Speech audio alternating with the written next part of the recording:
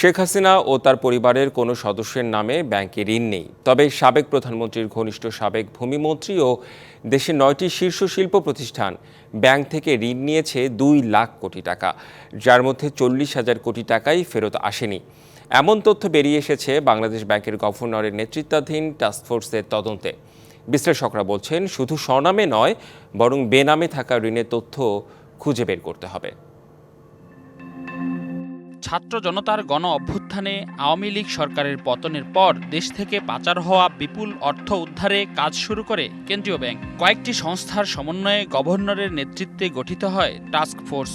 শেখ হাসিনা ও তার পরিবার, সাবেক ভূমিমন্ত্রী সাইফুজ্জামান চৌধুরীর পাশাপাশি 9টি শিল্প গ্রুপের বিষয়ে শুরু হয় তদন্ত। টাস্কফোর্সের তথ্য বলছে, শেখ হাসিনা ও তার পরিবারের সদস্যদের নামে কোনো ব্যাংক ঋণ খুঁজে পাওয়া যায়নি। তবে 9টি শিল্প গ্রুপের নামে মিলেছে প্রায় 2 লাখ কোটি টাকা ঋণের তথ্য। এর মধ্যে 7টি গ্রুপের প্রায় 40,000 কোটি টাকাই খেলাপি। এসব প্রতিষ্ঠানের স্বার্থ সংশ্লিষ্ট বিপুল বেনামি ঋণের সন্ধানে তদন্ত চালাচ্ছে টাস্কফোর্স। নগদ পেমেন্টে 500 টাকা পর্যন্ত ক্যাশব্যাক আর লেনদেনে প্রতিদিন ডিপ ফ্রিজ এবং ঘন্টায় ঘন্টায় এসি টিভি সহ দারুণ সব গিফট। ইতোমধ্যে প্রধান উপদেষ্টার কাছে তদন্তের অগ্রগতি প্রতিবেদন দাখিল করা হয়েছে। ডিবিসি নিউজের হাতে আসা সে প্রতিবেদনে দেখা যায়, শীর্ষ 11 ব্যক্তি ও প্রতিষ্ঠানের নামে দেশে থাকা 1,71,000 কোটি টাকার স্থাবর ও অস্থাবর সম্পদ জব্দ করা হয়েছে। এছাড়া বিদেশে জব্দ হয়েছে $18.5 কোটি সম্পদ। বিশ্লেষকরা বলছেন, ব্যক্তি ও প্রতিষ্ঠানগুলোর বিপুল বেনামি ঋণ খুঁজে বের করতে নির্মোহ তদন্ত চালিয়ে যেতে হবে।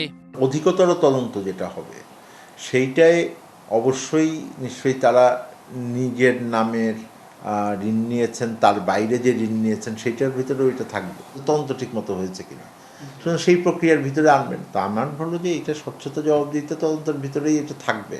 এই যে টাকাগুলো তারা ঋণ নিছে বা পাচার করেছে, এগুলো কোনো রেকর্ড তাদের নামে নাই, ফলে তাদেরকে আসলে ধরা যাচ্ছে না। কিন্তু তারা বিভিন্ন এজেন্টের মাধ্যমে, বিশেষ করে এস আলম, বিশেষ করে সালমান রহমান, বিশেষ করে নজরুল ইসলাম, এদের মাধ্যমে টাকাগুলো তারা আয় করে, টাকাগুলো বিদেশে পাস করে। এই টাকার সমস্ত লায়াবিলিটিস এদেশের প্রতিষ্ঠান, এদেশের মানুষের কাছে যারা শাস্তি পায়, কিন্তু কাগজে কলমে এদের কোনো প্রমাণ নেই। আদালতের মাধ্যমে দেশে জব্দ করা সম্পদ বিক্রি করে তা থেকে গ্রাহকের আটকে যাওয়া আমানত ফিরিয়ে দেওয়ার চেষ্টা করছে বাংলাদেশ ব্যাংক। রেদওয়ানুল হক, ডিবিসি নিউজ, ঢাকা।